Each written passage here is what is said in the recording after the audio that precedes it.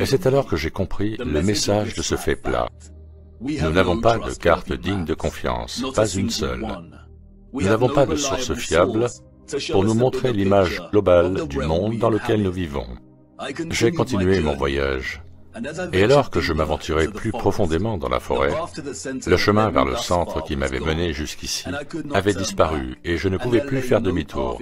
Et il n'y avait plus de chemin devant moi. Je me suis vraiment perdu. Comment savoir où vous allez si vous ne savez pas où vous êtes en premier lieu, si vous n'avez pas de carte? Tous les repères historiques dans lesquels j'avais investi un certain degré de confiance auparavant étaient devenus moins fiables et douteux. Combien de choses ont été éditées par les contrôleurs? Quelle part de vérité restait-il? Et si toutes les cartes étaient fausses, pourquoi cachent-ils les cartes des 2000 dernières années? Nous n'avons pas une seule carte honnête du monde. Et comme dans tous les moments où l'on est perdu, juste avant que le désespoir ne s'installe, une circonstance imprévue est survenue qui m'a remis sur la bonne voie. J'ai trébuché à travers une épaisse broussaille et je suis sorti dans une clairière éclairée par la lune avec un petit lac. Dans cette clairière, j'ai rencontré un personnage mystérieux nommé Sturgios. Je lui ai dit que j'étais perdu et il m'a dit de venir et de regarder dans le lac. Il m'a dit de regarder l'eau. « Que vois-tu » m'a-t-il demandé. « Moi-même » ai-je répondu, mon reflet ondulant et scintillant dans le clair de lune.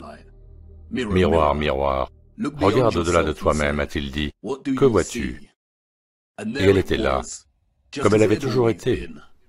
Miroir, miroir, bien plus haut. Miroir, miroir dans le ciel. Miroir, miroir, ô combien ils ont menti.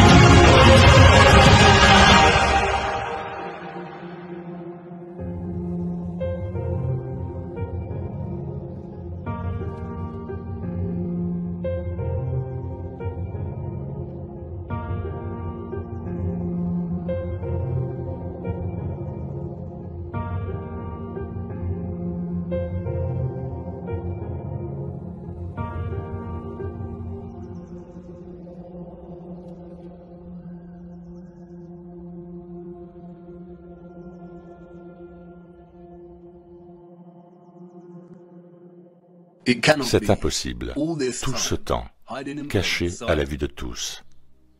Un reflet déformé, peu fiable, mais inébranlable. Une image quasi photographique à la fois de notre monde connu et qu'est-ce que c'est? C'est le monde inconnu. Merci Sturgios pour tout ton travail. Sturgios a cartographié chaque continent dans les moindres détails. Son travail est méticuleux. Il a cartographié les fuseaux horaires, les saisons, les trajectoires de vol et les distances. La première vraie carte de la Terre plate, et c'est de la plus haute importance, principalement en raison de la masse terrestre inconnue ici, que Sturgios a nommée Terra Vista, d'après la masse terrestre d'Abano Monte, du même nom. Pourquoi n'avons-nous jamais entendu parler de cette Terre avant? Si la zone ici est notre monde connu, alors le monde est vraiment énorme. Mais attendez une minute. La présentation de Sturgios de notre monde connu, ici, cartographie les 5 principaux cercles de latitude. Nous voyons le cercle arctique, les tropiques, l'équateur et le cercle antarctique. Et Sturgios a cartographié le voyage concentrique du Soleil autour de ces cercles de latitude, cartographiant les saisons et les fuseaux horaires avec la plus grande précision et exactitude. Alors, qu'est-ce qui se passe? Le Soleil et la Lune ne peuvent pas parcourir la totalité des masses terrestres présentées ici, car cela prendrait trop de temps. Est-ce que cette masse terrestre n'a pas son propre Soleil? Ou peut-être que la Lune n'est pas une carte du vaste monde, après tout? Mais pas si vite. Nous devons passer un peu de temps à décomposer la découverte de Sturgios ici. Comment l'image de la face de la Lune a été et est formée? Quand a-t-elle été formée et pourquoi? Autant de questions auxquelles personne ne peut répondre. Personne ne le sait, à part les trompeurs des hautes sphères. Mais il y a beaucoup de choses cachées à la vue de tous, qui nous rapprochent un peu plus d'une meilleure compréhension de ce phénomène mystérieux. Tout d'abord, c'est la nature de cette image. C'est une image composite. Vous êtes témoin de plusieurs images simultanées lorsque vous regardez la face de la Lune. Et ces images s'apparentent à un type de photographie au rayon X. Et il est évident qu'il y a aussi beaucoup de distorsions et d'illusions optiques dans ces images. Personne ne peut expliquer comment cette image composite s'est formée. Et personne n'a jamais donné de réponse satisfaisante à la question de savoir ce qu'est exactement la Lune, et ce à juste titre, car si c'était le cas, nous ne serions pas dans cette situation. Alors que la plupart des vues alternatives de la véritable nature de la Lune sont enracinées dans des théories absurdes, telles que celles imaginées par de nombreux trompeurs et garçons qui n'ont pas grandi et qui émettent l'idée que ce sont des extraterrestres qui ont créé la Lune et qu'il existe des bases souterraines au fond de ces cratères. Il y a cependant un homme qui a parlé de la Lune dans les années qui ont précédé la course à l'espace des années 60 et qui a offert une vision très sensée. En 1965, le professeur Foster a défié un complexe scientifique corrompu en déclarant que l'atterrissage sur la Lune était une impossibilité. Une impossibilité, selon lui, parce que la Lune est constituée de plasma et non de matière solide. Voilà ce qu'il a déclaré lors d'une interview. Quelle est votre théorie? Eh bien, c'est bien plus qu'une théorie. Il y a 10 ou 11 ans, j'ai déclaré à divers scientifiques que la Lune n'était pas un morceau de roche, mais du plasma. Un phénomène de plasma, un plasma cosmique, et que ce fait sera finalement confirmé. J'ai fait certaines prédictions qui ont déjà été confirmées en 1958, et la situation actuelle est proche d'une confirmation complète. Des règles scientifiques sont exprimées dans le monde entier maintenant que la Lune semble être d'une nature tout à fait différente de ce que l'on supposait. Les Américains et les Russes envisagent d'y faire atterrir des hommes. Oh bien, ça n'arrivera jamais, pas sur la Lune. Sur Mars, Vénus et d'autres planètes, oui, mais la Lune est définitivement, comme je l'affirme, un plasma. Comme la plupart de ceux qui s'expriment, Foster faisait très probablement partie de l'opposition contrôlée. Remarquez qu'il affirme qu'il est possible d'atterrir sur d'autres planètes, mais pas sur la Lune. Probablement que sa tâche consistait à introduire une demi-vérité selon laquelle la Lune est un phénomène de plasma, pour que ces affirmations soient, je cite, démystifiées et prouvées fausses, quelques années plus tard, après la mise en scène des alunissages. Toutefois, depuis l'affirmation de Foster, notre propre accès à la technologie au cours des dernières années nous a permis d'étudier la Lune de manière plus détaillée, et grâce à cela, nous voyons encore et encore des exemples variés de la Lune se comporter d'une manière qui démontre le mensonge selon lequel il s'agit d'une boule de roche. Nous voyons de nos propres yeux une Lune semi-transparente, soit la nuit, soit lorsqu'il fait encore jour. Nous voyons le ciel à travers la Lune. Il est même parfois possible de voir les étoiles directement à travers la Lune.